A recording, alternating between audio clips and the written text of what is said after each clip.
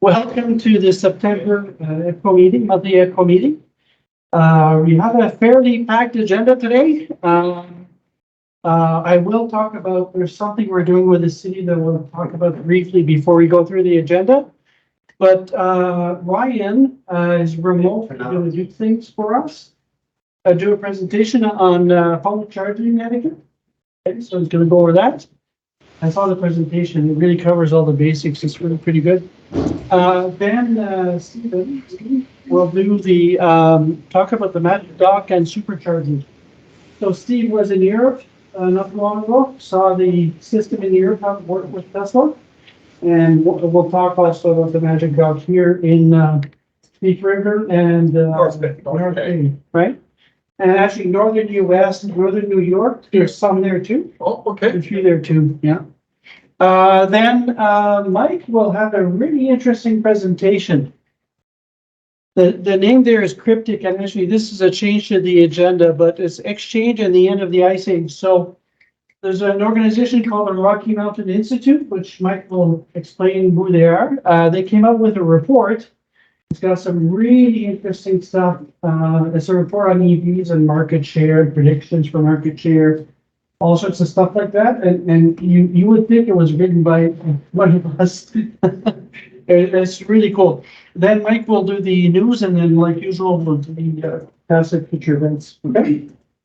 So the one thing I want to say, I don't want to say too much about the agreement with the city of Ottawa, but we signed an agreement to do a pilot, okay? And it was announced last Friday at an event where they had some condo boards attending, okay? And sorry? No. I thought I heard something. So so what we'll be doing, and we'll talk about this a bit more when we at the next meeting. What we'll be doing is we'll be going over, so will implicate me and Sam mostly. We're gonna go see 10 different condos and look at their situation, their electrical situation, and figure out what they could do to charge short term. And give them some ideas longer term what they could do. Okay? So the idea is to unblock charging in condos because you know, you've probably heard some people on the weekend, those who were at the event on the weekend, talking about the fact they love to have an EV, but they don't have anywhere to plug it in, right? Because they live in a condo. So the idea here is to try to unblock that by having the first few vehicles be allowed to charge in some way, shape, or form. And then that will get the ball rolling, right? So we're hoping to do 10 condos. I think it won't be a problem to get 10. And we'll also do some test drive events related to that. So up to 5 test drive events, okay? And this will happen between, I think the timetable says we're ready to start on the 15th of October. And we should have the condos done by probably, I can't remember the exact timetable. I think it's late this year, or early next year, right? It's before January. It's before January? I think maybe before. Yeah, I don't remember the exact timetable. I should know, but anyways, and the test drive events, we're gonna wait until the weather is a bit better to do those. So we're expecting to do those probably in April next year, okay? Anyways, we'll give you more details in October. The other thing that's happening slightly related to that is NRCan has asked for bids for programs that would contribute to educating the public about EVs.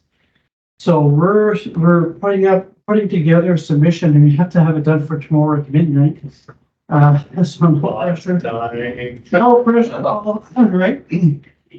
And what we're proposing in that proposal is essentially this on steroids. Okay, so we would have some money to fund some people to help and stuff like that, but more on that when that arrives, okay? So sorry. Ryan. Oh. Yeah, Ryan, you're online, right?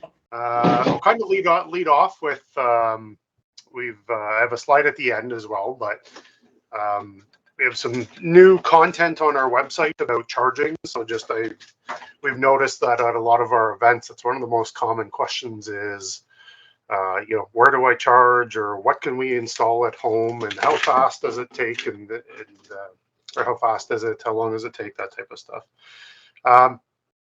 So something else we were talking about too is basically maybe Raymond or whomever's controlling there, you can go to the next slide. So as I mentioned here, with the EV market share increasing and public charging infrastructure catching up, an important point. It's important for EV drivers to follow some best practices. So kind of scoured the web, taken information from just we as owners, and put some information together. I also kind of scoured the web a little bit just to see who else has information like this, and it's kind of interesting that places like CAA and kind of some interesting places that aren't necessarily selling EVs or anything like that have some information. So it's neat to see that it's kind of becoming more public knowledge. So I've taken the contents of this same content is available on our website now under the EV charging section. So I've just kind of copied and pasted it there, but I'll just kind of speak in some bullet points here. So when you, and this is all related to kind of public DC fast charging, even level 2 you could apply, but basically this is of course talking mostly about public. So charge to a maximum of 80% if possible. So as a lot of us owners know already, but maybe people who are new to owning an EV may not understand how the charging curve works in an EV battery, or any battery for that matter, where typically over 80% the speed drastically slows down. So in a lot of cases, you could be taking a significant amount of time away from someone else who could be charging if you charge beyond 80. Now, that being said, of course, there are some times if you're on a long road trip and it's very far stretches between chargers, you may not have a choice, but that's why I said, if possible, charge to 80% only. Next slide. Cool. So speaking of completing charging, move your EV as soon as possible. So I've run into issues in the past, a little bit more flexible now with a full EV, but certainly when we had a plug-in hybrid with a smaller battery, I used to get a little more annoyed where you would show up to a charging space and you could see that a car has been there for quite a while, and you can tell that it's completed, or the EV station, the charging station itself is showing that it's completed, and it's quite frustrating when somebody leaves it there. Now, that being said, again, we all understand that things can happen, and maybe in some cases, I know Mike had given an example of where his car finished far more quickly than I think you were able to finish eating. So we understand that works, right? But I mean, there is a point to where it's kind of rude, you could say, where if you just leave your car there the entire day or something. And something else that a lot of these networks are implementing are idle fees. So they give you a reasonable period of time that once you're notified that your vehicle is done charging, they say, okay, well, maybe we'll give them 15-20 minutes to move it, something that's completely reasonable. But beyond that, they might start charging you again, and in a lot of cases I've seen they're quite drastic fees. So it's always beneficial to pay attention. One good thing to help with that is most modern EVs, but certainly the charging stations, they'll send you a text message or an email or something that will notify you when it's done. So we're kind of somewhat moved past the days where you have to kind of guess and watch your watch.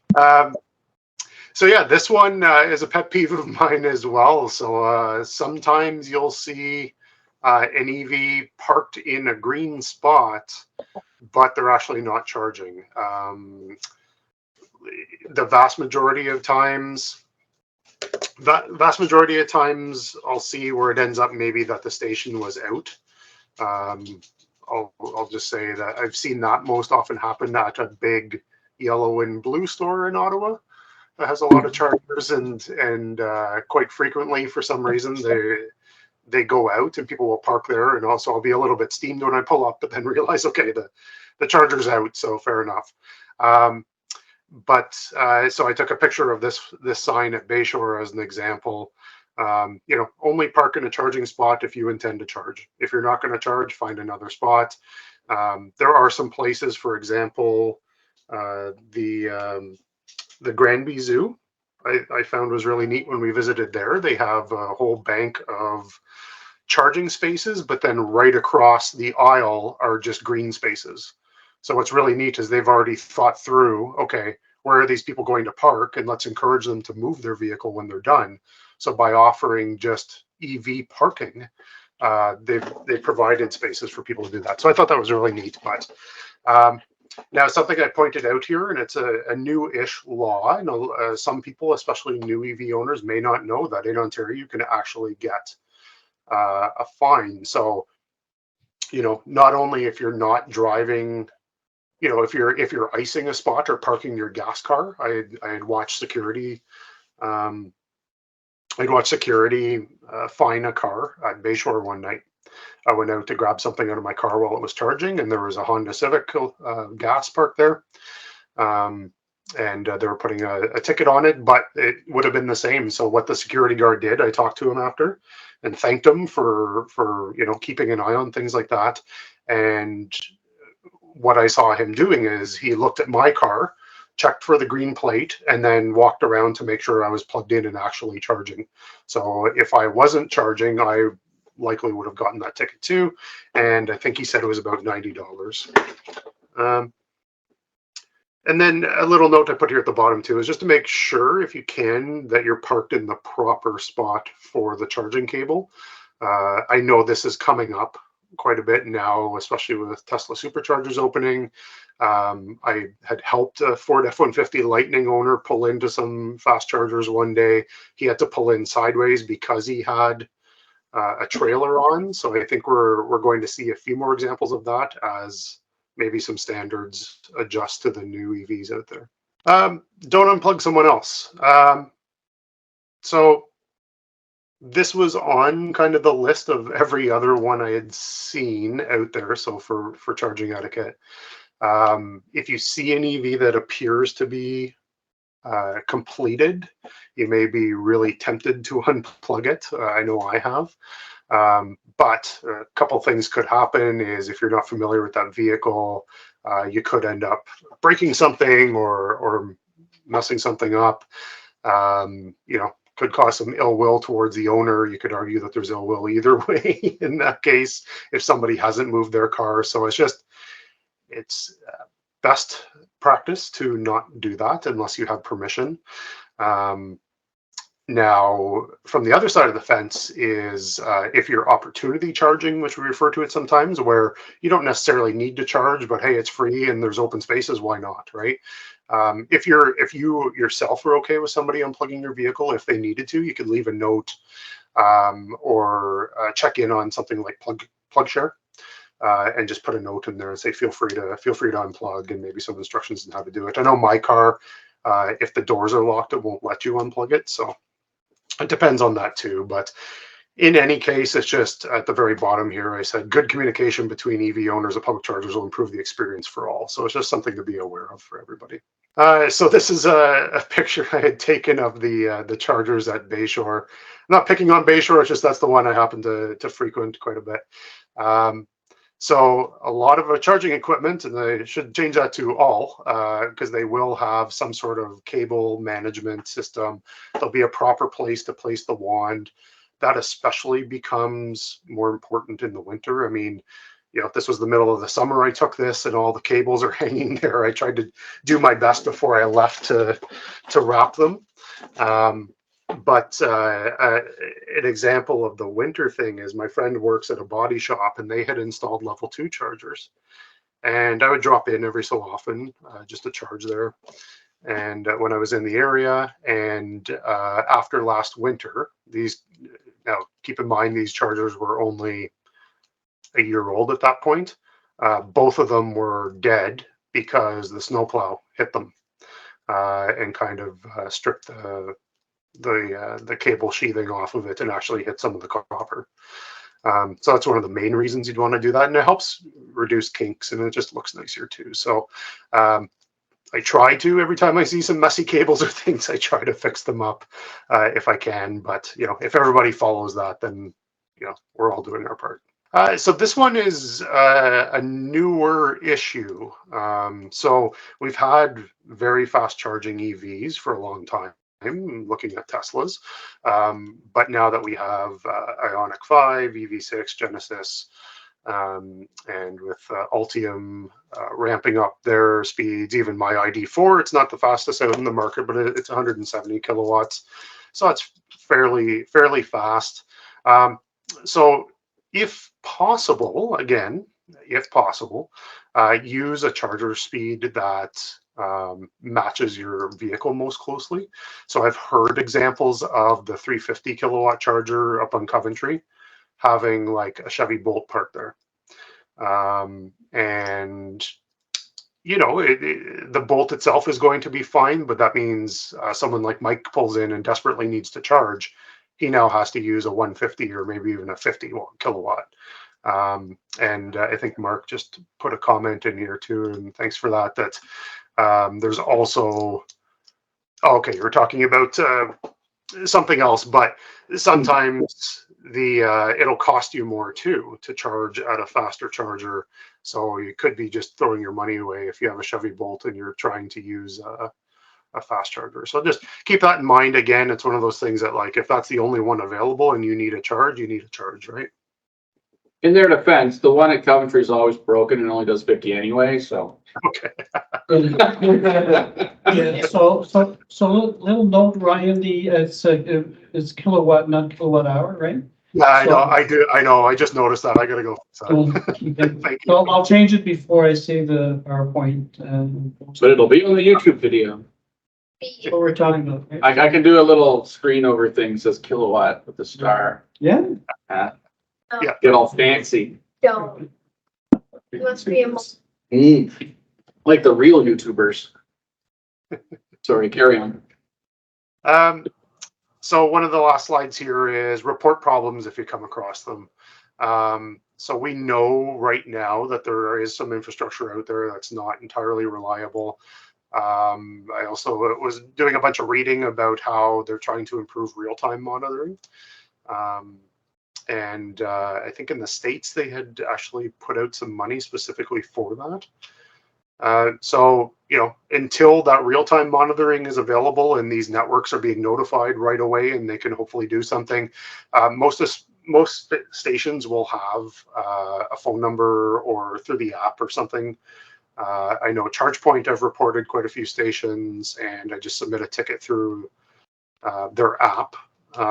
There have been a couple that I've visited where the station just seems to be down for some reason, and I've actually called the 1-800 number. Somebody answered within about 2 rings, and they said, okay, we're going to try and reboot it. Let us know what's happening. So they rebooted it and everything was fine. So I mean, literally a 2 to 3 minute phone call meant that I was able to charge, and then hopefully that means it stayed up for the next person.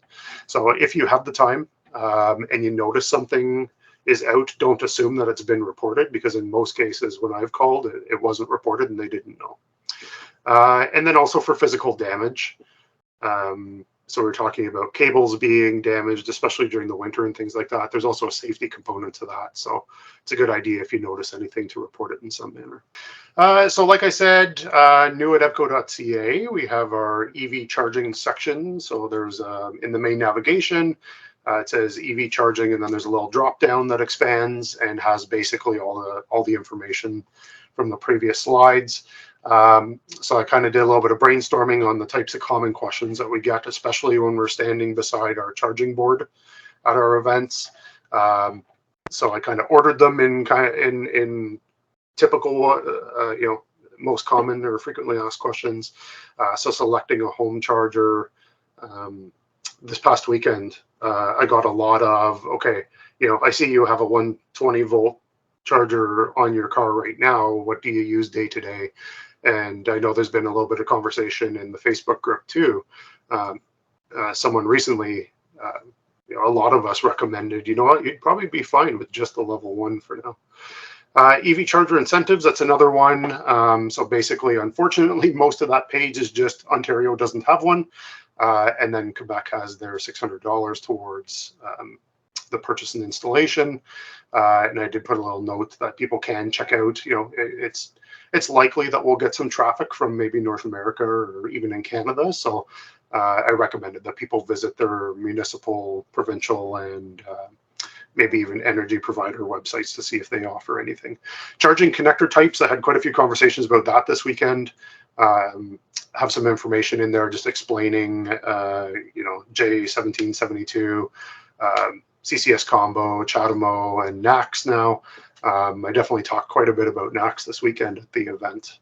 People were asking, are they standardized in some way? So a little bit of information on there. Charging equipment and speeds, that's where we kind of describe level 1, level 2, and DC fast / level 3.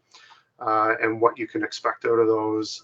And then charging while traveling. Again, a big question we usually get is, how often do I need to stop and charge? So I put in some information about using apps like a Better Route Planner, PlugShare, and all that good stuff. And then finally, public charging etiquette, which we just went through. That is it. Well, thanks very much, Ryan. Could I add a small point, Ryan? Just to speak to your point about the 80%, that's not only a good idea for other people to be kind to them, but for selfish reasons, it can be good to go to 80% to save your own time. Like with AVRP, as you were talking about, quite often they'll say only go to 80%, and then it's faster just to go to the next station. Or even less. Yeah. Yeah. It's like only go to 26% and move on, right? Depends Yeah, on. so the navigation map in the Teslas also does that. Yeah. Because they calculated so that the trip time is the The minimum. most optimal, so minimum time, which means that you don't want to be charging between 80 to 100. Because sometimes what will happen is you'll only have a 50 kilowatt available on a trip. And so it'll be like, okay, when you get to the 50, you only charge for like 10 minutes.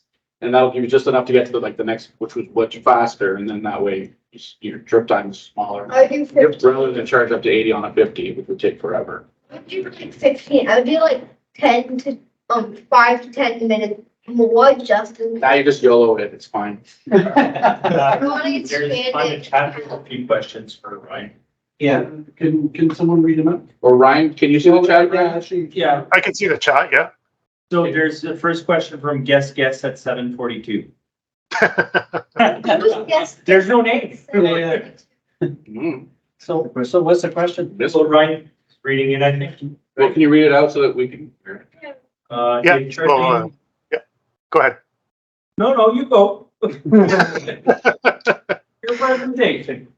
Alright, yeah. So if charging after 80% is slower, does that mean the battery efficiency drops so that for each percentage of charge gain takes more energy? Or does the battery draw slower, meaning that even though it's taking longer, it's consuming less? It's more the latter, to my knowledge. Yeah, it is. So the battery has a limit to how much, each cell has a limit to how fast it could accept energy. And it typically cannot accept it as fast when you get to higher charge states. Think of it as filling a glass of water. You'll go, when it's empty, you just pour it down. And if you want to fill it right to the top without spilling, you'll slow down. Actually, you don't fill it up completely, so you fill it up to about 80%, right? Yeah, and it's easier. You can go full pin all of it. Oi, So, Ryan, do you have another question out there? I don't think so. I think the rest of it was mostly just chatting back and forth about that question. So Okay, cool. So, like Ryan said, this is on our website. I would encourage you to go and look at it, and give feedback, right? And if you have stuff that you think we should add, we certainly would like to know that, right? So, one point that I want to make is, like Ryan, when I see someone who's parked at a parking spot and they're not charging, it makes my blood boil, right? But just keep in mind, it might not be because of the owner of the car. Maybe someone came and they unplugged the car. You don't know what the situation is, right? If they're charging beyond 80%, I wouldn't just assume that they're being a-holes and hogging the charger. There may be a reason why they're not back yet, right? So let's try to be as accommodating as we possibly can. Okay? So next presentation is, Push buttons, how they work. this one to go for. So, those that don't know me, I'm Steve Bailey. I've had, bought two Teslas over the last, 4 years. I got about 250,000 miles. I was driving out between those two. So I drove Bolts. I drove, a little electric, smart car and a bunch of other cars. 4 trips to Florida, a trip to Vancouver. Okay, where's the camera here? Right there. Okay, here we are. Okay. Stand over here. There you go. So this is like the first time we're in this room for those people out watching. So I've had a lot of experience, and just to the last presentation, what I do when I go on a long trip, I look on Plug Share and I see which hotels have charging stations, and I phone them. I physically phone them because I don't leave it up to chance, because it's happened to me, and I think anybody's driven a lot of long trips. You get up to a hotel somewhere in Richmond, Virginia, and there's Ford F-150 parked in that stall. And you go into the front desk and the clerks are busy, and it's not really their problem. So what I do, I phone ahead and say, you put a couple of codes out there, reserve a spot, and book your hotel because I have a Tesla and I want to charge you. And they're usually pretty good about that. But you can't expect a clerk who's making minimum wage to go out of his or her way to solve your problem. Okay, so we'll get right into it. Within a week on Labor Day, I was in Deep River. And as far as I know, there's only North Bay and Deep River that has the Magic Dock. And if you look carefully right in here, you can see that is where the Tesla adapter, the Tesla plug goes in. And if you have, like Mike, if you were pulled in there and you have the Tesla app on your car, what you would do would recognize you having an Ioniq 5, and this part would come off. Now, here's what happened to me. I had a brand new phone and I got up there, and you don't need your phone for a Tesla supercharger. You just take it off and plug it in your car. However, this is different. And if you're ever in that situation, you have to have your phone on you. And it wouldn't go on. I looked at my phone. I had data roaming on. So I turned that on. So I was kind of worried because I only had about 50 kilometers. That morning, I had gone up, like the Saturday morning, I had gone up to my place in Stittsville with Canterbury. Had coffee and some folks around here. Then I went to Petawawa and did some driving around there. So on Labor Day, when I went back to Ottawa, I know Deep River is only about a 15-20 minute drive. I had 50 kilometers left, and I can't get the cable out of the Magic Dock. So I figured it out. Okay, so this for Tesla, you still have to use the app, not like you would do normally with Tesla.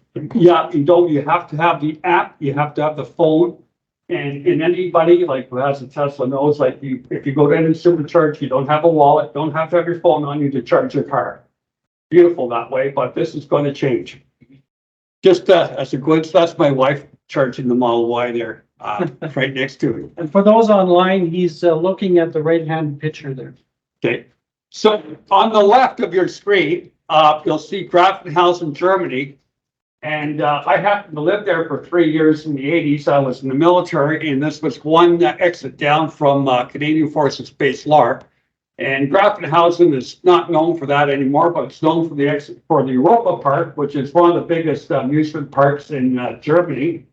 And the A4 corridor is a big north-south corridor, and that's the connection for the Paris to like Munich, Budapest, Bucharest. So it's almost the crossroad of Europe. There's a lot of truckers, a lot of vehicles on that Autobahn. So like there's one at the 2 exits before that, and there's one the next exit. So it's a very thick supercharger network along that corridor. So what they did there, they had a type B, and I don't know how to pronounce it because I never, Menekes, is that how you pronounce it? Menekes, I think, yeah. Menekes? Yeah. So that was when Tesla rolled up. And I'm getting a little bit ahead of myself here.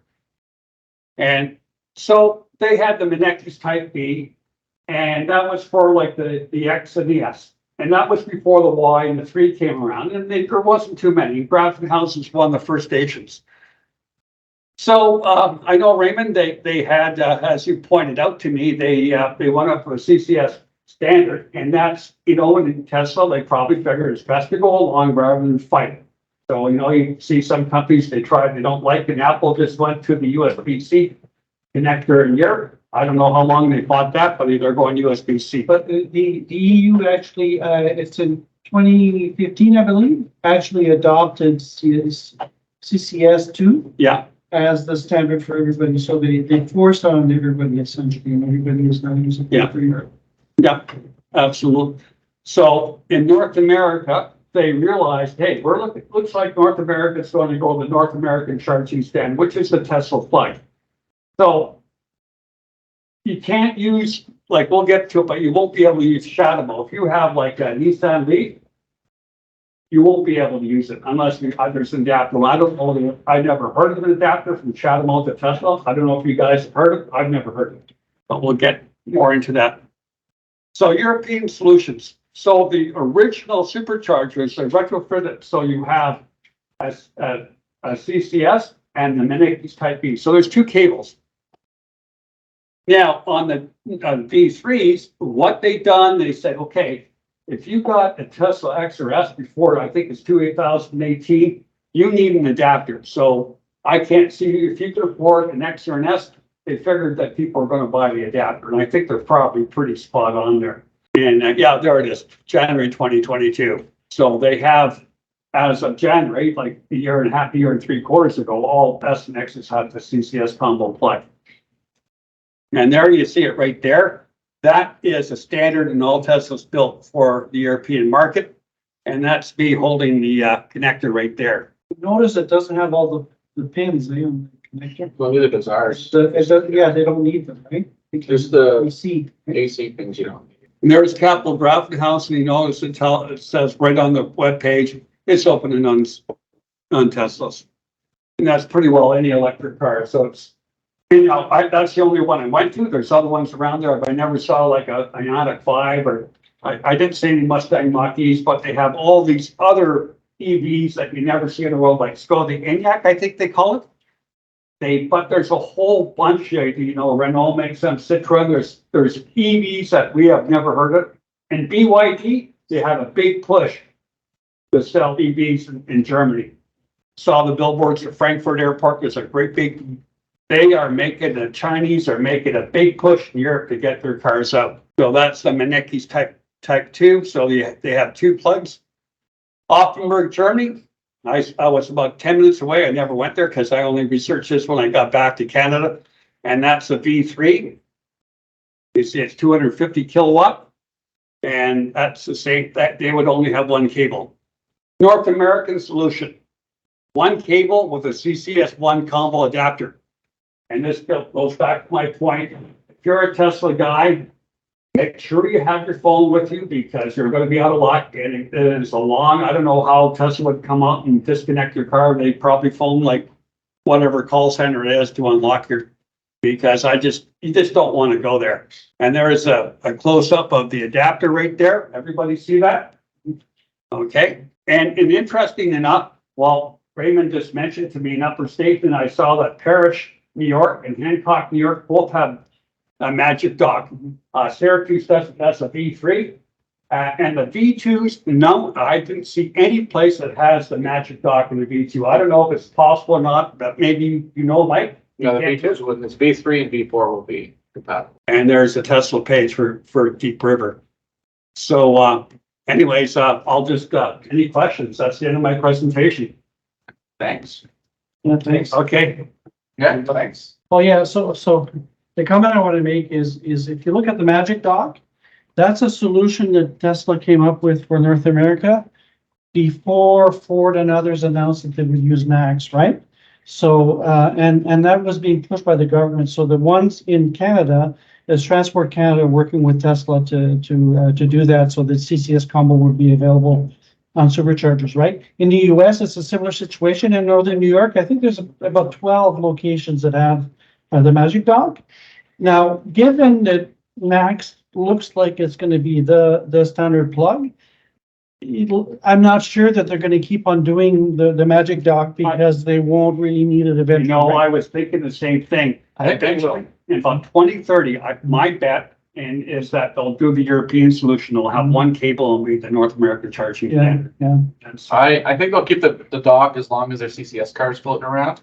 Because I'm sure all the like Fords and GMs of the world will be like, no, you gotta support our customers from, you know, the day we sign the contract or whatever. So, Do you think there'll be some kind of adapter for all? Oh, yeah, Yes. absolutely be adapters, yeah. Yeah, yeah, so that's one thing, when you're talking to people about fast charging and this NACS thing and combo thing, the messaging really is, it doesn't matter which car you have, except the Nissan Leaf. The Shadow. Shadowmos, bye-bye. Shadomo's dead. So, except for the Nissan Leaf, every other car, there will be adapters that will allow you to use whatever ends up being the standard, which is probably max. Yeah. So you don't need to worry about it, you'll have to pay for the adapter, I'm sure, But they won't be expensive. but they shouldn't be expensive now. You can afford a car, you can afford an adapter. Yeah, yeah, but you won't get stuck with a vehicle that you can't charge anymore in the future, right? All right, so last minute presentation here on this that I made up this afternoon, so if there's any mistakes. Okay, so we'll talk about who RMI is. They came out with an update about the transition to EVs and the progress we've made so far, and sort of some implications going forward. So this is a big report. You can download it for free. It's on the website. We can put links in the description or something to the PDF. And you just give them your email, give them an email, and then you can download the document. All right, so we'll talk about the economics of driving the EV growth that we're seeing. They confirm yet again, EVs are growing on an S curve, like I've been saying for 6 years now. EVs are going to dominate sales in the 2030s. Sounds familiar to me. Rapid EV growth means global oil demand is going to start dropping, and they actually give you some numbers on that, which is actually the most interesting part, I think. And the remaining challenges, which all have solutions. And I don't actually think I put the challenges in there. So that last point, we probably won't even talk about. All right, who is RMI? It is the Rocky Mountain Institute. It's an independent nonprofit, bunch of experts from several disciplines, economics, technology, that kind of stuff. They're working to accelerate clean technology. So obviously they have a bias, as do we, but they're, you know, open about it, which is great. They're founded the same year I was. So Same year, EVCO. and the same year as EVCO was. So there you go, everyone's birthday. But anyway, whatever. They have 600 people on 4 continents. So this is all from the website. I don't know who they are. They do have the backing of like Richard Branson and Jeff Bezos and all these billionaires. So whatever that means to you. They're very well known in some. They're very well known. Environmental circles. And yeah.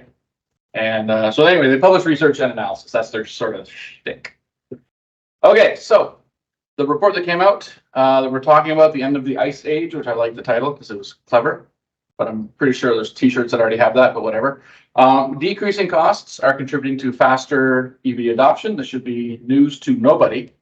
But they had a curve, so they have the data, which is great, and it goes all the way up to 2022, and you see a little bump there in 2022 because demand is now pushing some supplies to be a bit more expensive. But I mean, it's a clear trend, right?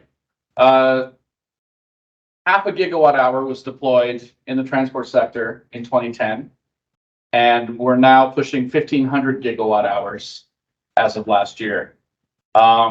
As many predicted back in the early days, Tony Seba was one of them. Battery costs have fallen 88%, right, since 2010, which is, these were predictions made a decade ago, and they have come to fruition. No, he said 80%. He was wrong. Oh, he was wrong. Yeah, no, he was wrong. He missed it by 10%. He underestimated. Underestimated. So it's anyway, 88%, not bad, right? Average price per kilowatt hour in 2022 was $151 in the world, except for China, where it's 131, and that is because China has gobbled up all of the everything. Energy density continues to improve at a rate of 6%, which I thought was actually kind of high. I assumed it was like 1 or 2%, but 6% is pretty good, which explains why if you are a Bolt owner would know this, because when they got their batteries replaced, the new batteries were better than the old batteries, right? And that's what that incremental improvement looks like. Get an extra 50 kilometers, whatever it was, with the new pack. So you had a Bolt, right? It was older. 500 and something? Yeah. So they got better batteries when they got the replacement. It's a newer technology. Mine is new, but it's, let's use it. Oh, well, yours is new. It would be the new battery, but if you were an older Bolt owner that had the recall issue, the new packs that went in added like 50 extra kilometers because of that improvement. So It's 383, the Bolt had 383 of range originally, yeah.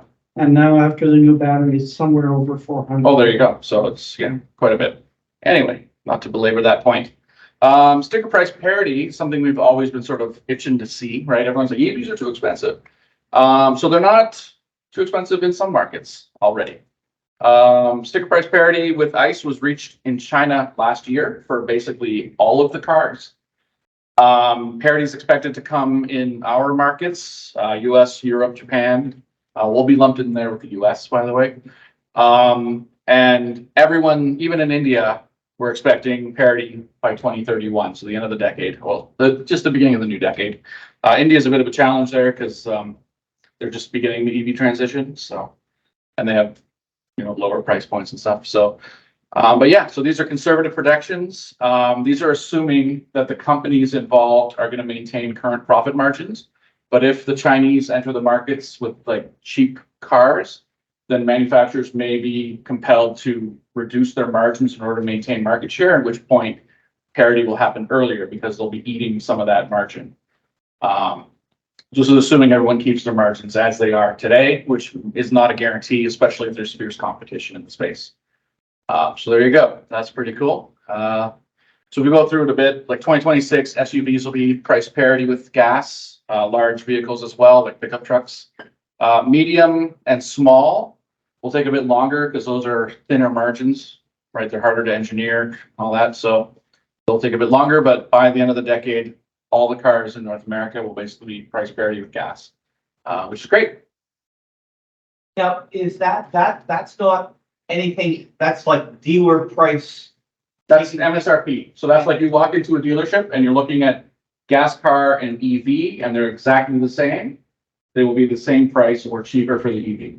Okay, so that oil changes, gas. This is not life cycle. This is sticker price. That is sticker price. They are all, to be clear, they've already reached parity with gas in all segments on a life cycle basis. They did that in 2020, I think it was.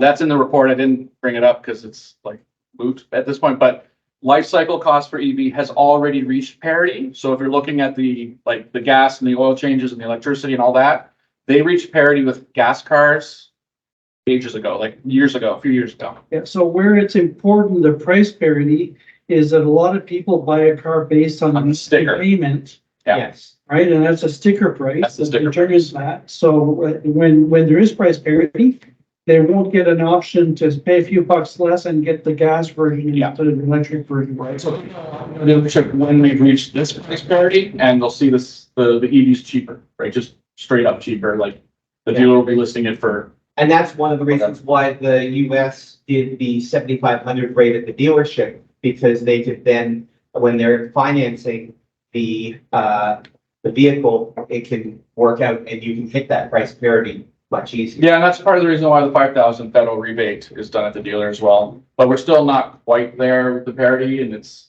still like, people have to sort of know, right? Whereas what they're saying in this is that when you walk into the dealership and you see the giant sticker on the side of the car, that price will be the same as the gas version or cheaper.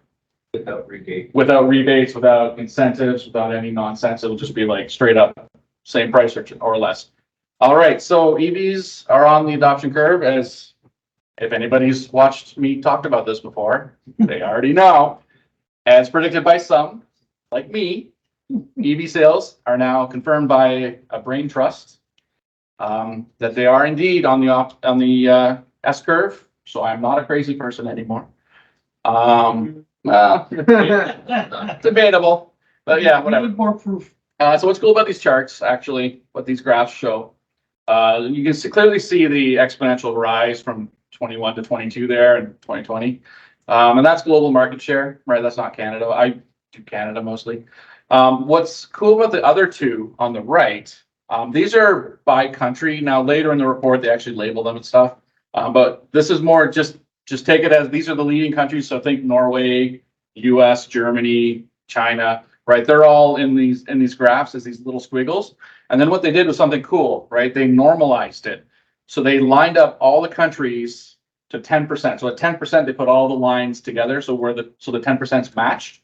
And what you get is this cool S curve. So even though each country has a different starting point in reality, when you line up all their curves together, they're all on the same curve, right? They're all more or less on the same S curve. It's weird. No, it's super weird. It's almost like statistics is a science. Yeah. So anyway, I thought that was a really cool chart. So obviously the ones that have longer lines on the normalized chart, those are the ones that started early, like Norway. But there you go. So we're all sort of climbing that curve at different rates. Okay. So, and then here's my curve, which I haven't updated because I'm still waiting on data from Q3 and 2. But anyway, China is expected to see 90% market share by 2030, according to their numbers. EU is expected to be 80% by 2030. The US, they're saying 50%, which maybe. EVCO, so me, I'm predicting 70% for Canada in 2030. So we'll be a little behind the EU, but I figured, yeah, we'll probably be ahead of the US a little bit by a year or two. But anyway, that's the spread. Do you really think that? I would have thought with the reduction, the IRA there, the $7,500 top. Oh, we'll see. It It might accelerate the curve. So what it'll do is it'll make the curve steeper, right? Yeah. So I did it on the weekend. I did a price comparison. If you look at in the US, you look at a luxury Toyota gas premium sort of SUV and a Tesla Model Y, you take off the $7,500, it was less than $5,000 more for the Tesla Model Y. yeah, I mean, so I didn't dig into their data because I just looked at this afternoon. So it's possible they have IRA factored into their estimates, but I'm not sure. So they might. Just to Craig's point, just the Model Y is outselling every Toyota in the United States right now. Yeah. The only thing that beats is the That Ford. was in the news last month. Oh, I'm taking your thunder, am I? There you go. Last month's news. Yeah. Yeah. Okay. Do you think the supply is going to ease to actually enable this? Because I mean, we're talking about, oh, we'll be able to walk into the dealer and see a battery car and a gas car and be able to choose, but like, you can't right now. So if you're concerned, Kind of, yes. if you're concerned, Couple EV6 on I'm gonna, that's, so, we'll get to that. I'll answer your question later in the. Okay. Hang on to that. Remind me if I don't get to it, if I don't satisfy your question, but we'll get there. Because it's in the end. There's insight. All right, so establishment experts. These are the people who work for the various news agencies and oil companies and government agencies and whatnot. They're what the RMI people are calling the classic establishment. And as we've discussed in the past, they are always making linear projections, and they're always wrong. So the IAE, the International Energy Agency's projections are up on the top there. And you can see every year they're like revising upwards their 2030 or future outlooks, right? Because they're doing linear projections on an exponential curve, which does not work. So the actual data compels them to upgrade.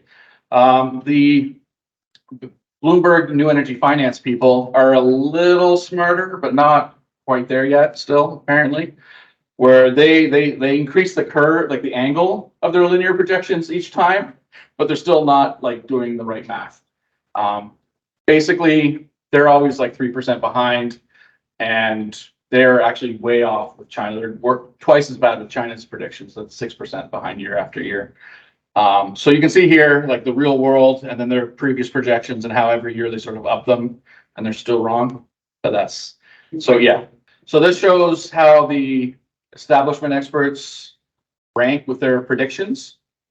And you can see OPEC is extremely dismal view of the EV market share in 2030. I'm pretty sure we're already past what they're projecting for 2030. we're at 14 and they're predicting. They're predicting 12 and we're at 14, right? So OPEC has no idea what's going on. I guess they don't have windows in their buildings. Shell. Too much smog in there. There's too much smog. They can't see the cars on the road. Shell, again, another oil company, and like we're gonna hit 20% like next year, so they're completely out to lunch. But you've got some other ones like New Energy Finance isn't too bad. Ernst & Young is in there with a pretty. They're getting better, right? Rystad, I've never heard of them, but there you go. So I mean, it's a spread, but they're all sort of underperforming. right? Because they're all below 60% market share for the globe, and that's not going to be the case. It's going to be much higher. Just a quick comment on why. I think EVs will be an even larger share by 2030. I'm expecting that the car companies that are still focusing on gas cars will start to go bankrupt by then. This Yeah. will reduce the supply of gas cars. Yeah, and actually, so talking about on topic of supply of gas cars. So the average car lasts around 15 years, right? This is sort of what they're assuming, and I think that's pretty much true.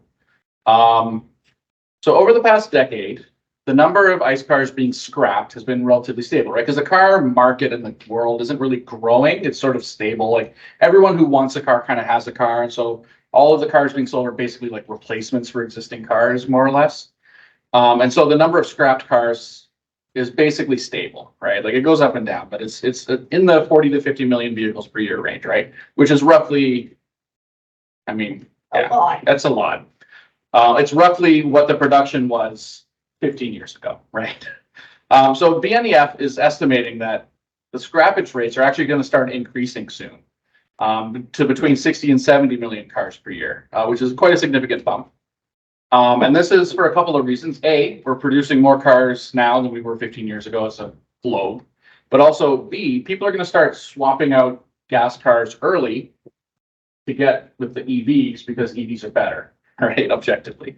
And so what's going to happen is you're going to get this situation, which they're projecting to happen in 2025, where for the first time ever, the number of sales of new gas cars will be less than the number of gas cars being scrapped, right? Which means the global fleet of ICE vehicles in 2025 or around 2025 will start to decrease on Earth for the first time ever.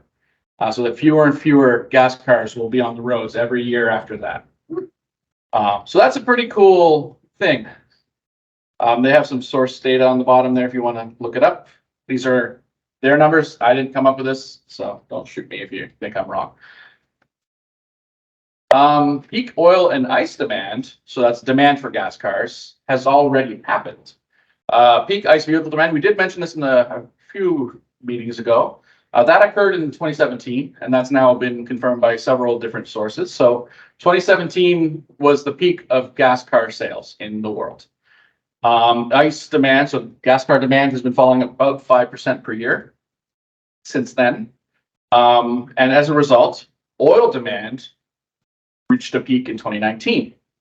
And then what happened was COVID, right, which caused it to crash. But then it hasn't quite gotten back to those 2019 levels. And it's now not expected to get back because now EVs are eating a bottom, and I'll show you a cool chart in a sec. But basically it's plateaued. So we're sort of humming along just below the 2019 fuel consumption level. And that's expected to start dropping very soon. It's being squeezed by EV growth and efficiency gains in newer gas cars. By 2030, oil demand, they're calling it in free fall. I think that's a little hyperbolic, but it'll definitely be falling significantly by 2030. They expect it to fall by 1 million barrels a day every year from that point on. Oil demand from ICE vehicles is about a quarter of all oil demand on Earth. So it's cars here. Cars. Cars. ICE cars, yeah. But yeah, anyway. Yes. Vehicles is more like Including the big 18-wheel trucks or any of those? No, these are like light vehicles, light duty The vehicles. report talks about heavy duty. They do. Focuses on. Cars. Well, light duty vehicles, that's what I mean here. Right, yeah. Uh, But that would include your F-150, but Yes. maybe not your F-350. That's right. So as we just mentioned, peak oil already happened. There's the chart that shows you. So you can see where COVID hit in 2020 and killed demand for a little bit. And now we've recovered, right? So you can see the line for 2022, but we're expected to plateau just below the 2019 demand level. We're still not at pre-pandemic levels for oil consumption. OECD is the Organization of Economic Cooperation and Development. So that's like code for rich countries like us, the West, the global West. And then there's China, which is the other big third. So if we want to look at the world in like really crude terms, OECD is like all the rich white countries basically. And then there's China as a third, we're a third, and then the global South is what they're calling it, is the other third. That would be like, Africa, South America, all that stuff. India. India, yeah. So all of those other countries would be the other third. So what they're saying is that China's oil demand for light duty vehicles is going to peak this year, which is the first third. Our demand for gas is already peaked back in 2007. So because of our efficiency improvements and stuff, our peak gasoline consumption has already happened. So now, as of this year, 2/3 of oil demand will have already peaked and be on the decline. So by the end of this year, basically 2/3 of the drivers behind gas prices and gas consumption will be in decline, according to them. Just want to point out one thing about this graph here. This is from the IEA. Yes. And when you read the report and some of the stuff we've seen before, the IEA is very conservative Yeah. and has always underestimated the Yes. rate The of adoption. change. So if you look at the curve there, that's the IEA's So prediction. that's like their. So it'll probably be more aggressive than that. And one thing to note is the oil industry is complaining that the IEA is They're aggressive. they're too aggressive, yeah. Yeah. And in reality, what we're seeing is they're too conservative. Yeah. Well, the oil industry likes to live with its head in the sand. And here's why this is happening, right? So ICE vehicles account for a quarter of all, like ICE light duty vehicles account for a quarter of all global demand. And they were more than a third of the oil growth. So the growth in demand of oil over the past decade. But then what's happening now is there's two things happening. So efficiency of the new gas cars coming in the market is way better than it was 10 years ago. And EVs are eating it from the bottom. So they're getting squeezed on both ends. That's why consumption is dropping, right? And that's going to continue. It's starting its terminal decline, as I said. So there you go. So that's pretty cool. So oil is on the way out, sort of. The report is expecting it to be falling by 5 to 9% per year by 2030, which is 1 to 1.5 million barrels per day decline every year. They expect it to drop to near zero by they said zero by 2040. I don't think it'll be zero. There's always going to be somebody with like gas car that wants to do stuff. So it's never going to go to zero, but it'll be damn close. Because there's still horses, like people still ride horses. And use those will go electric, right? I mean, there's going to be demand. But at some point, the gas stations will flow. A lot of the gas, you'll have to get your gas from some dude. Amazon will be biggest gas Yeah. supplier. Go to Canadian Tire and buy it in they can, right? Yeah. Carry- Well, we'll just go back to what they did 100 years ago, and you have to go to the pharmacy to buy your gasoline. Yeah, go to the chemist. But anyway, so by 2040, they're expecting gas demand to basically be off a cliff, which is pretty cool. I'm down with that. Bring it on. All right, so the new energy economy. So we got asked this at the weekend too, right? Like everyone, this is one of the myths, right? There's not enough lithium, not enough insert element here. Incorrect. There is more than enough minerals for the new energy economy. The issue is not the availability of the minerals. These are the known resources to exist, which means like they know these are in the ground and we don't know all, like they haven't mapped the entire planet for every element, right? Like these are the known reserves. If they go out looking for more lithium, I'm sure they'll find more lithium somewhere else. A question for you? Yeah. I wonder if you could speak to lithium and where it's at. Like I get a lot of people say, well, all the lithium's in China, right? So I can answer this. So lithium is basically evenly spread across the planet. And the issue is not the availability of the mineral. The issue is the mining capacity of the mineral, right? So if countries haven't developed the ability to mine the lithium, then they don't have the ability to sell it, right? But they have it in the ground, right? It's everyone has lithium. It's like iron, right? Every country on Earth has iron. That is the nature of our ball of rock. Is it's an iron core. We have a lot of iron on Earth. We have a lot of lithium, and there's a whole bunch of other elements that are evenly distributed. It's not something like nickel, where nickel is a very isolated, concentrated ore that they find in certain spots, and it's not everywhere. Just like oil, right? Oil's like found in a few spots. Lithium is not like that. Lithium is basically universal, and if any country wants to mine it, they physically could. It's more of a So where China Haven't done it. dominates is not in the mining. China mines only about 10% of the world's lithium. Yeah. Where they dominate is processing of the Yeah. lithium. Can they dominate that for lithium and a bunch of rare earths? So there's a whole supply chain, right? And the problem with lithium is that because it's like evenly spread, it's kind of a pain in the butt to mine because you have to go through a lot of raw ore to get the like percentage of lithium that you want out. And that's where China has invested a lot of energy is they'll take the ore and process it and refine it to the concentrated lithium, right? And so that's just a capacity that countries and industries have to decide to do, right? Lithium hasn't really been in demand up until now, right? So nobody's really had bothered to like go looking for it and develop the supply chains to find it and make it, right? But the point of this is that is actually going to be one of the breaks to the whole thing. But as far as like the raw elements being available on Earth, we've got tons. And this is just known reserves. This is not even like, oh, we suspect there might be some in Baffin Island. We just haven't bothered to go out and look for it yet, right? So known reserves were good. But yeah, there's a few things that will actually mitigate the issues, the pressures on the supply chain. One of them is that batteries will increase in energy density. They have been, right, 6% per year. So that's going to help reduce the demand for the lithium and the other minerals. Recycling will be able to supplant some virgin material demand. Batteries will last longer, right? So you won't have cars like the Leaf where the batteries crap out.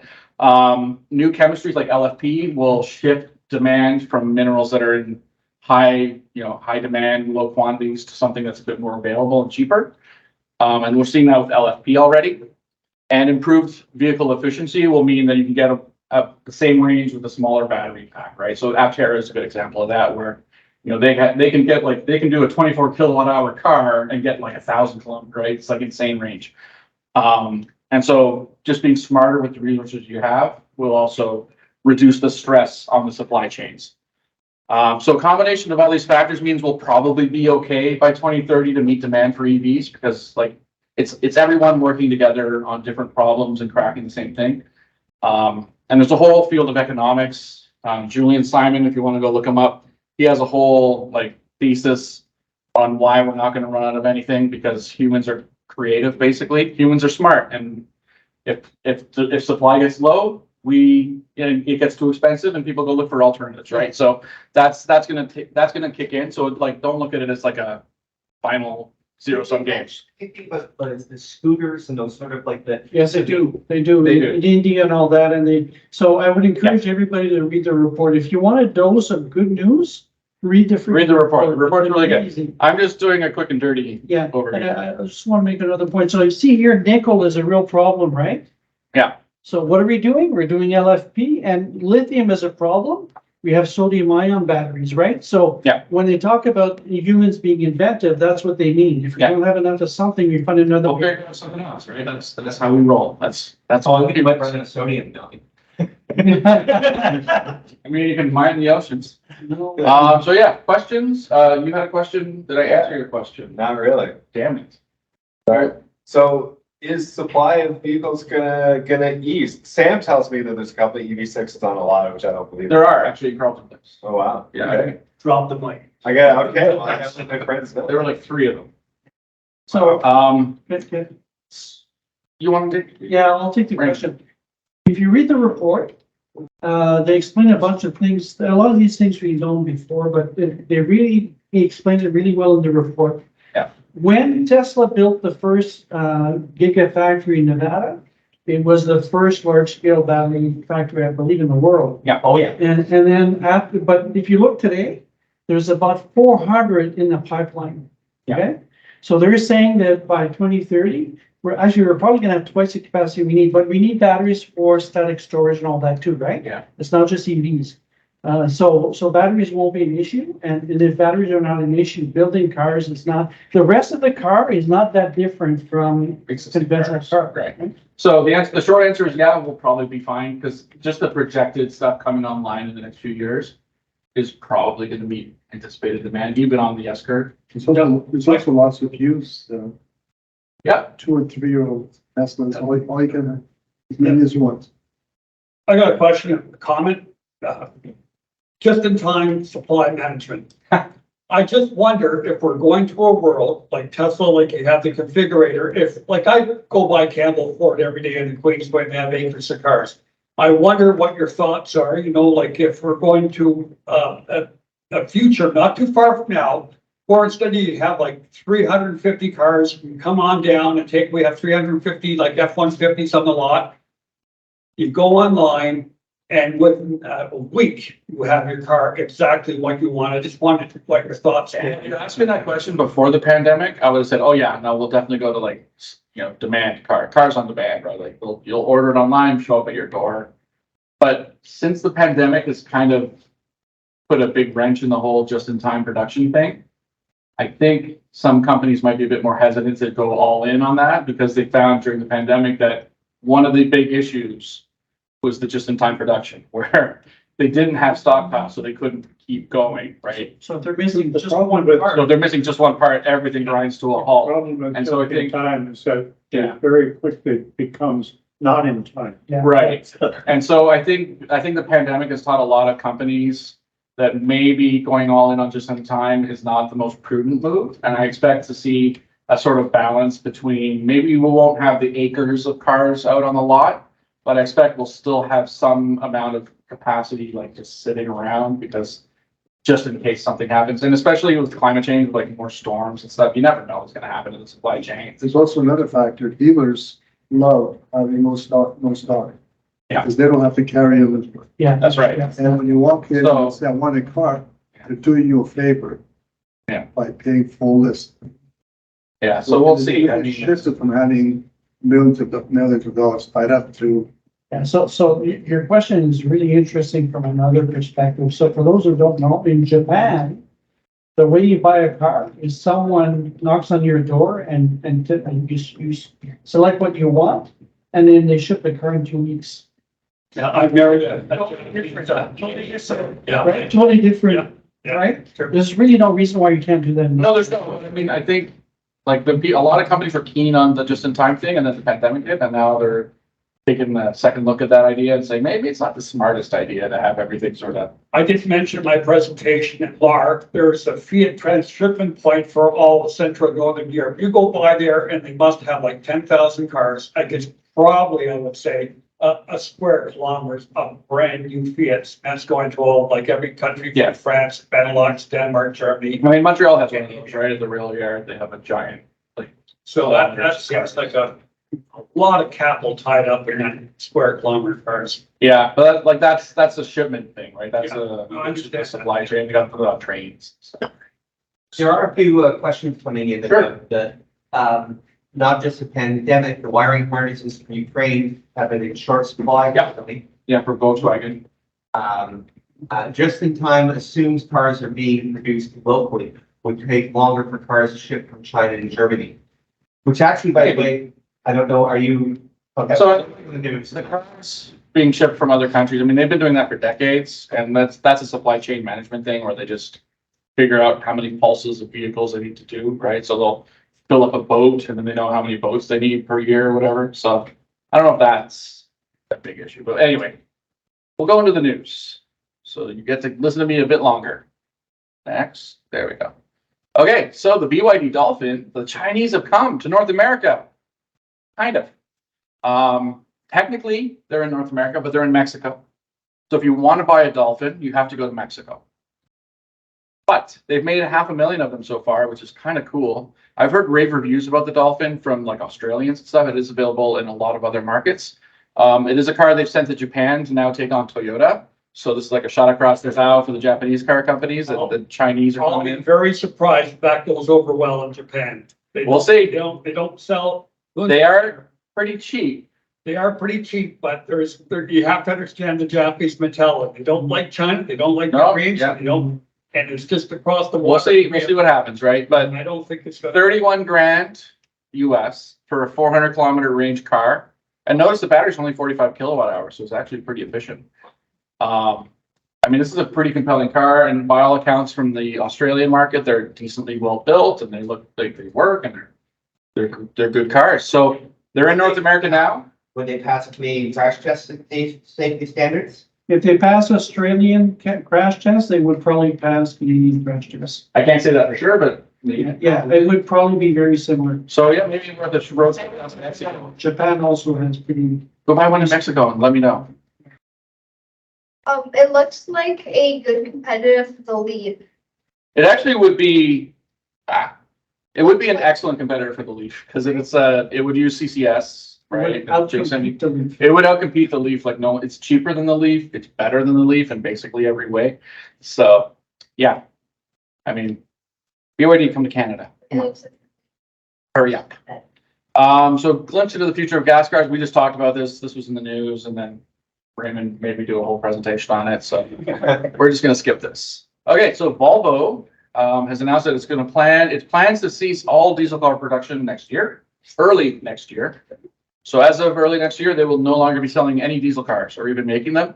And they are now preparing the Canadian and US workforces to live in an all EV future. What that means, basically, is that they're going to start transitioning their workers from building gas engines and transmissions and all that nonsense to EV powertrain stuff like batteries and carbide technology and inverters and EV things. And what's really cool is that and I hope this isn't just spin, but they're calling it upskilling. So their plan is to start training, like actively training all their employees so they don't have to lay them off. They just train them in the new thing. So hopefully this is a good thing for the employees of Volvo in Canada and the US, and it should be a good thing for the climate, right? No more diesel. They plan to be no more gas cars at all by 2030. So there you go. Volvo's making progress. Good stuff. So Ryder got their first bright drop vans. They are built in Ingersoll, Ontario, although they are currently stopped production because there's a battery shortage. But they're deploying their first set of Zevo 600 electric vans in California, Texas, and New York in the rental fleet. Unfortunately, you as a human, normal civilian person cannot go and rent one. These are meant to rent to companies, so you have to have a company. You have to be a company to get this. But they plan to deploy 200 of them this year, and the ultimate order by 2025 is going to be 4,000. So look for these for your next move. If you have a mover and they get a Ryder truck, might be that, or whatever people do with Ryder trucks. I don't know. I should have put this to the Tesla stuff, but Jag has signed a deal with Tesla to switch to NAC. So just add Jag to the list of basically everybody else. They're the latest automaker. They're going to use it for North America, of course. Europe, they're already using CCS, so that's going to stay. Like everybody else, starting in 2025, although next year they will start getting adapters supplied by Tesla. Unclear whether they'll just give them to new car people or whether they'll sell them to you if you buy a new Jag. Hopefully with the Jag prices, they will just give them to you. But then if you can afford a Jag, you can probably afford a couple $100 for adapters, so whatever. And it'll give Jag owners access to the supercharger network as of next year. Okay, I didn't mean for this to look like the Ukrainian flag, but there you go. Slava Ukraine. EV sales in the US are accelerating. It took 8 years to get to 1 million EVs, and they did another million in the past 12 months. So that's good. It's largely due to more selection, which is what we've been saying forever. It's like, once the pickup trucks and stuff start showing up, people will buy more EVs. And also they're with Giga Berlin and China going big, all Fremont and Texas are only supplying. Yeah, so more supply. That's because of the IRA, because the IRA requires the car to be built in North America, right? Yeah. So cumulatively, there are 4 million EVs on the roads in the US right now. And a million more every 12 months or probably less because it's accelerating. So maybe it won't be long before every 6 months they'll sell 1 million. Things get real. Ford, interestingly, Ford has sided with EV people against the UK's boneheaded decision to postpone the ICE ban from 2030 to 2035. So if you remember, the UK was one of the first countries to announce a ban on ICE vehicles starting in 2030. But they are regressive conservatives. And as all regressive conservatives must do, they must do the stupid thing, which is whatever is bad for the climate, that's what they're going to do. And so they've done it. They're going to postpone their ban by 5 years, hoping that they get elected again, they can do it another 5 years in the future to 2040 and then just keep going, right? Kick it down the road. But they didn't anticipate automakers. And not just Ford, but a lot of automakers have designated billions of dollars to meeting the 2030 deadline, right? It's not cheap to meet that deadline. And so they've committed a lot of money into transitioning. And now that the government's like, oh, we're gonna actually, never mind, hold it. We announced it 2 years ago, but no, we're gonna do it in 5 more years. Not cool. So Ford is annoyed, and they've issued a statement basically saying that a relaxation of the rules would undermine all of their investments in the UK. And they are now urging officially for the UK government to keep the deadline intact. So now we're at the weird point where the government is not only going against the will of the people, but also the will of the people that pay them and buy them off, meaning the corporates. Anyway, whatever. This is good, I guess. Federal government and Quebec government have pledged support for domestic EVs yet again. So they've put some money into Volta Energy. They're going to make copper foil things, which I guess go into batteries in Granby, Quebec. This is just a quick little Canadian news story. So it's going to be part of the whole Battery Valley stuff that's happening in Quebec. What happens in Quebec stays in Quebec. It's not magic. But anyway, the overall strategy is to have a end-to-end from rocks to batteries production in Canada domestically. So we're self-sufficient in that department. And this is just a part of that. So that's pretty cool. It's going to employ like 200 people or something. Next. Okay, new petition is calling on GM. So our sort of sister organization in the US, the Electric Vehicle Association of America, have created a petition to lobby GM to keep the cheap Equinox. Because what's happened is GM announced that they're going to have like $30,000 entry-level Equinox. And then they've recently announced that they're, oh, never mind, sorry, it's going to be more expensive. Keep the Bolt. For the Bolt. They're gonna keep the. Yeah. Sort of, but not really. So what they're going to do is they've postponed the death of the Bolt till the end of this year instead of like November. But then they haven't actually committed to making the Bolt the cheap car. It's going to be on Altium. No, but they've said they're gonna make another version. They are going to make another version, but they haven't committed to an affordable price, right? And so what EVAA is saying is that if the Bolt, when the Bolt dies, which it will, before they reincarnate it, the cheapest car was supposed to be the Equinox, right? And if they don't do the $30,000 Equinox, then GM will not have any vehicles for sale under 30,000 US, right? The Bolt's coming in right now at 28 something in the US. And so if they don't hold to that, then like the entry level EV price jumps significantly. And so that's something. Okay. So you know how people are always like solar farms don't work in Canada because winter and nonsense and dark and stuff. Well, I don't think the Scandinavians got that memo because they've just opened, it's called the Isfjord Radio, is the location, Isfjord, which is a great name, on the island of Spitsbergen, which I've been waiting to say all day. It is a latitude of 78 degrees north, which is very north of 60, which there was a whole TV show in the 80s when I was a kid about that. I don't remember. That was great. For adults. I don't, anyway, I thought it was boring when I was a kid. Anyway, so it's a solar array and battery storage solution. It's going to reduce emissions of the community by 70%, offsetting roughly 200,000 liters of diesel per year. Right now, they use exclusively diesel generators to produce power, as a lot of northern communities do. And so they're going to use this when there's sunlight, which is half of the year-ish, a little more than half the year. And then in the dark period, they're going to go back to diesel, but this will cut down their consumption considerably. So pretty cool. You can think when you cost the amount that diesel to get the diesel to these locations, it's still It's a lot of. Yeah, it makes a lot of sense. That's why they've done it. Yeah. So in Canada, northern communities use a lot of diesel Yeah. to generate electricity. And electricity is still $1 a kilowatt, more or less. Yeah. And the diesel is subsidized heavily by Yeah. the federal government. So they're only paying a small portion of the diesel price, right?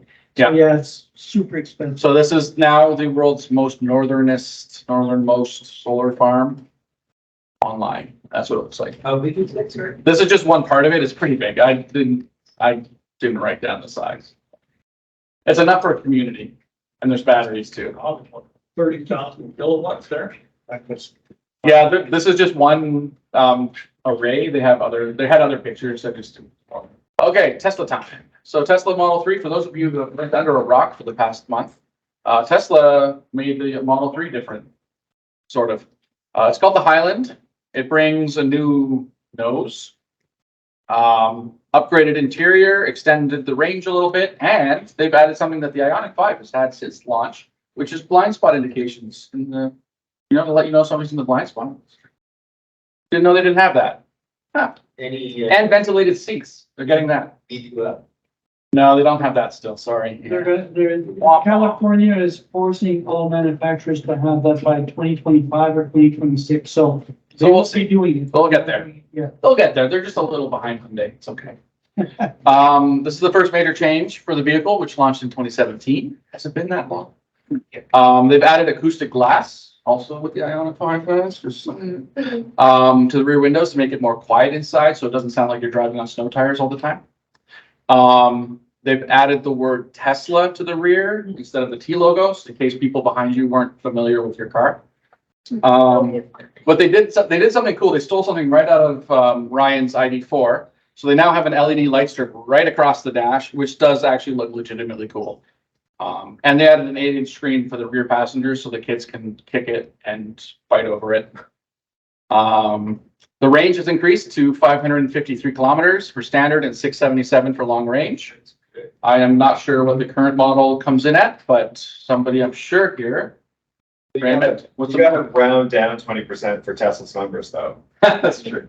So I don't. What is the current range for standard range? Model Is 3? this WLTP or is this? It's probably honestly it's probably WLTP. And the reason it's WLTP probably is because it's only launching in EU and China right now. No word on whether they'll come to Canada or when, but probably yes. But who knows when? All right. So the Model Y is Canada's top-selling EV in Q2 again.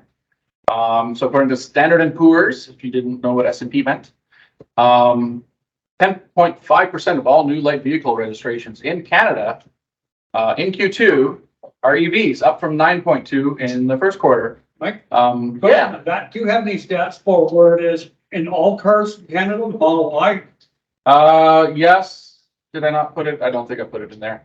It was like something, it was a huge, like almost half of new cars for like multiple buys that were EVs. I mean, like, it was like all cars. Oh, of all cars? No, I didn't have that, but it's like 45% of all new EVs were Model Ys. Yeah. Right, it's crazy.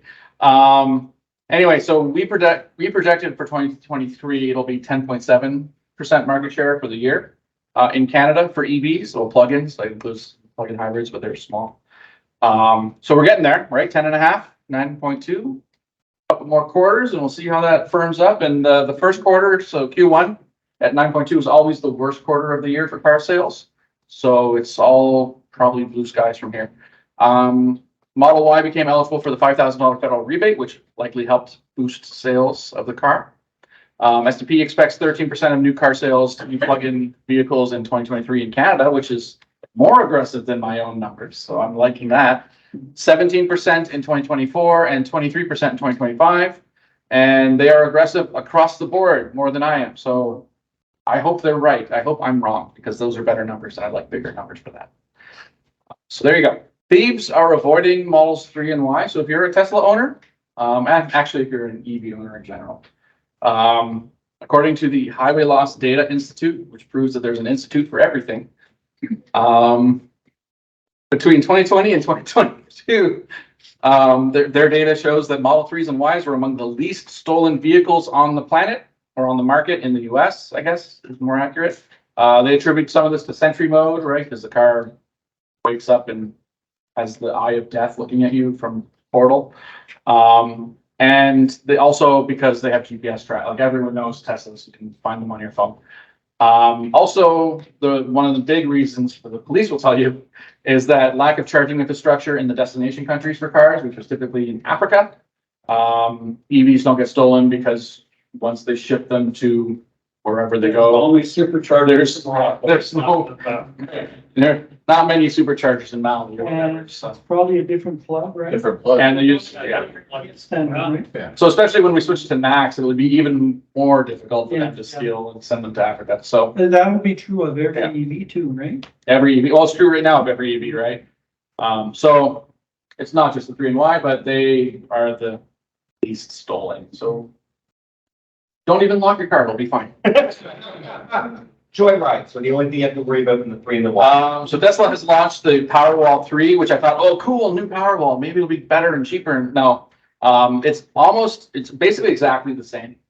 The only difference is that they've integrated a solar inverter into the battery. So what they're going to do is for people with existing solar systems that want to add a battery, they're going to sell you a Powerwall 2 or a Powerwall Plus, which apparently is different than the 2 somehow. I think the plus is the inverter. I think the Plus has the inverter to the 2. So if you have an existing solar system, they'll sell you a 2 or like a Plus. But presumably you already have an inverter, so you don't need the Plus one. Yes. But if it's a new installation they say officially starting in 2024, they'll sell you a Powerwall 3 set. So if you're buying a Tesla solar system, you'll just get a Powerwall 3, got the inverter built in. But apparently they're already being installed, so. Yeah. So the batteries in here are LFP, right? Do you know? Nope, No. they did not. So they did not disclose what the battery chemistry was, but last it was reported lithium ion, like conventional Tesla car battery. So lithium ion on LFP. Yeah, no, but not LFP. It was the other, it's the whatever NCM or NMC, that one. They didn't, they omitted that from the Powerwall 3, so presumably it's the same. Because they're mega packs, they're LFP. Yeah. now, so. Yeah, so unclear. So thanks for those presentations. And actually, like I said before, I would encourage you if you want, really, if you want a shot of good news. And you like statistics.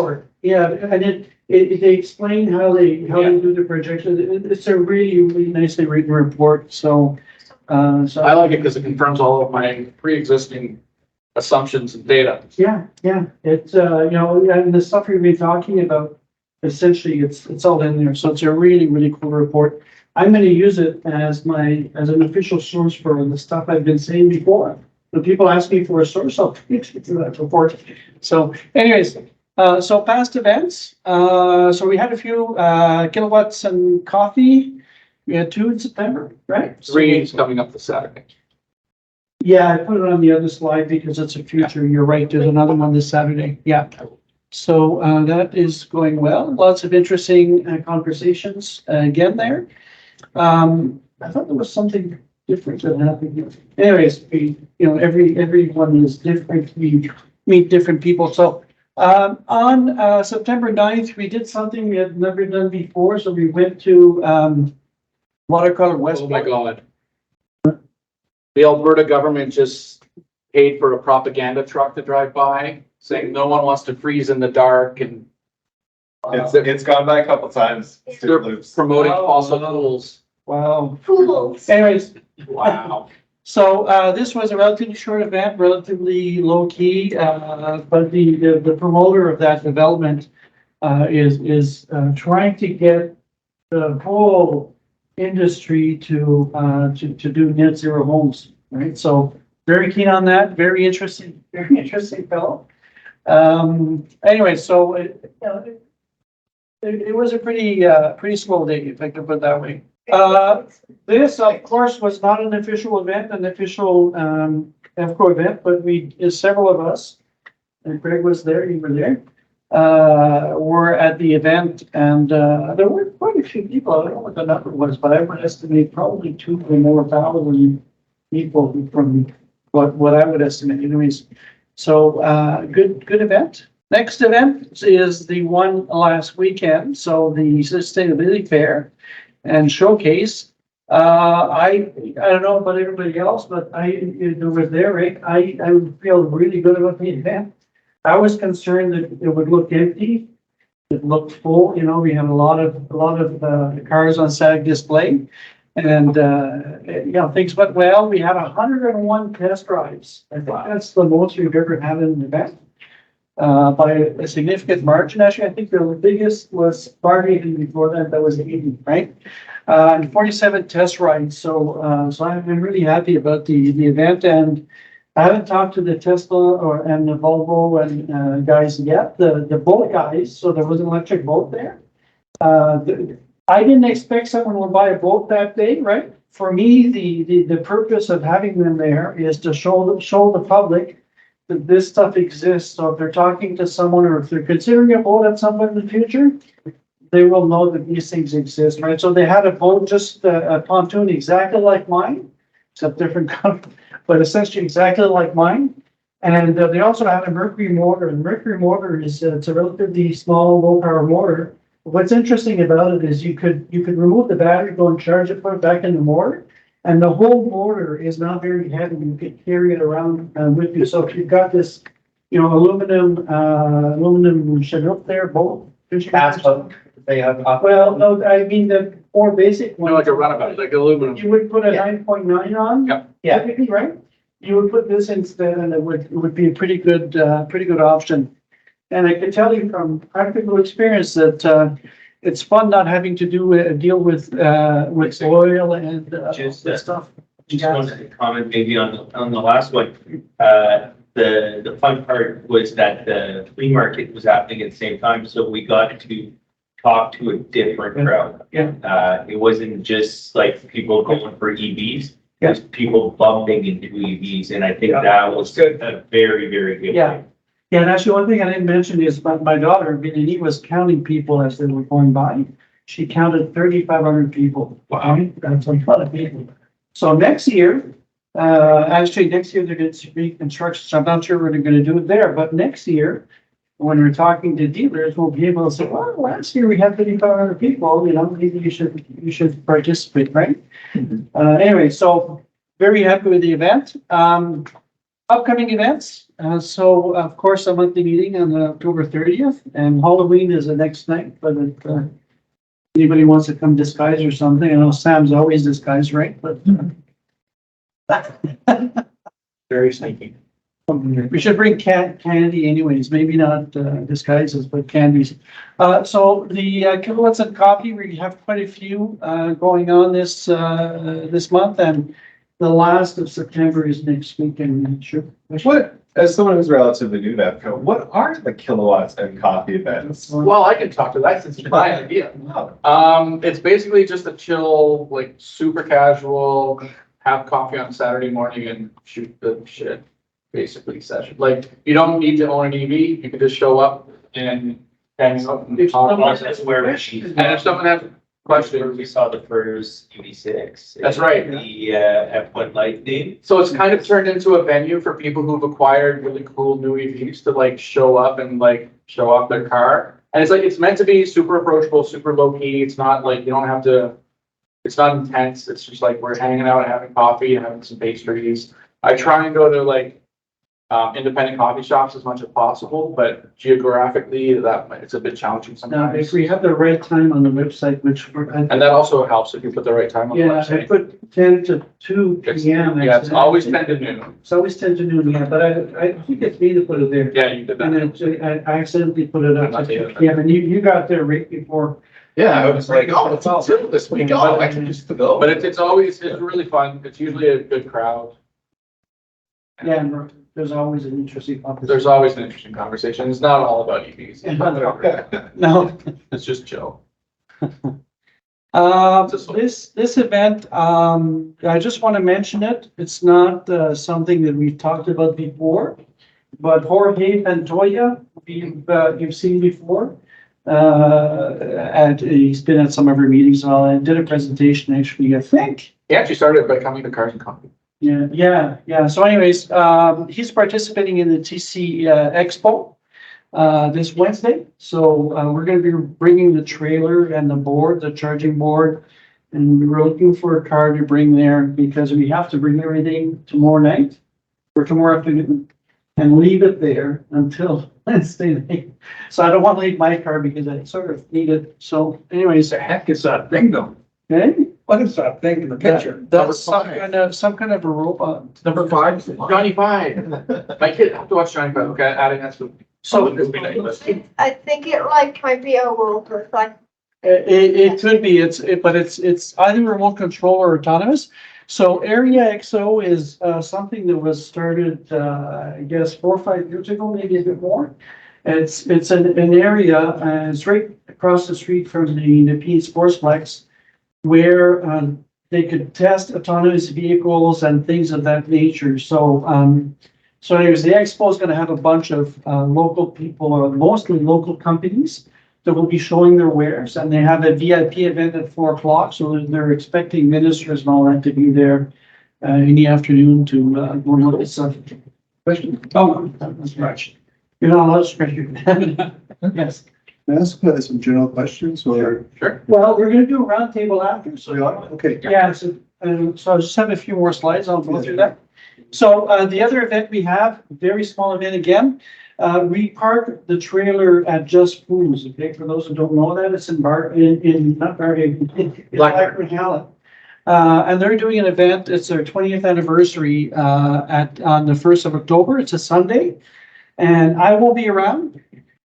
So we're looking for a few people who could take that on. Okay, so if anybody's interested, should be very easy. You just put the tent up, talk to people. 11 to 3 p.m. It's pretty straightforward. Okay. So someone asked about membership earlier. So to sign up. So the first meeting is free. I mean, we're not being picky about all this stuff. We don't track stuff that much. But if you'd like to contribute to what we're doing, you could become a member. And on our website, EVCO.ca, there's a membership tab. Just go in there and you could subscribe. Okay. Reminder that we have the EVCO YouTube channel. Well, I should say on the membership thing, the reason you want to become a member is that if you want to volunteer with us at events, you need to be a member because that covers you under the insurance of EVCO, right? So, And actually, just to discuss that a bit more, we're not collecting that much money. We're charging like 23 bucks. $23 a year. If you pay cash, it's 25. So 23 bucks a year. We don't collect that much money, and that money is essentially. It pays for the website and the insurance. And yeah, the insurance, right? It doesn't pay for much more. So the activities we've done in the past, for those who are newer there, so the activities that we've done in the past, for the most part, what we've done is we've partnered with someone else, and they would take care of the marketing, all this stuff, organizing the event and all that. And we would just show up with their stuff and do our thing, right? So, and we do it. You wouldn't charge for it, but you wouldn't have to charge for the space either, right? Yeah. So we've been running a low budget for years. And we also do membership only events. Like last year, we toured the OC Transpo facility for the e-buses. So we've got like exclusive behind the scenes look at all the e-buses OC Transpo has. And there's a thought that we'd like to do a little field trip. We're looking at another field trip down the Kingston way. Yeah. Yeah, it's a teaser. We'll see what happens. So anyways, if you subscribe, it helps to, And then, yeah, our YouTube channel. I haven't updated the YouTube channel in 3 months because I'm recovering from a flood, so. we have an idea for a funny thing that we did today. We will talk about after. Anyways, so is there any questions? Now there's questions. So if you want to. Actually, yeah, sorry, yeah, we have to do the outro and then we have to stop recording. Because what we talk about here, you can't put on the internet. It's a secret. So if you're watching this on YouTube, this is where your video ends, but thank you for watching and we'll see you next month. And if you're not watching this on YouTube, then you're live and you can talk to us and we'll see you. Yes. Bye. Yeah. Don't go anywhere.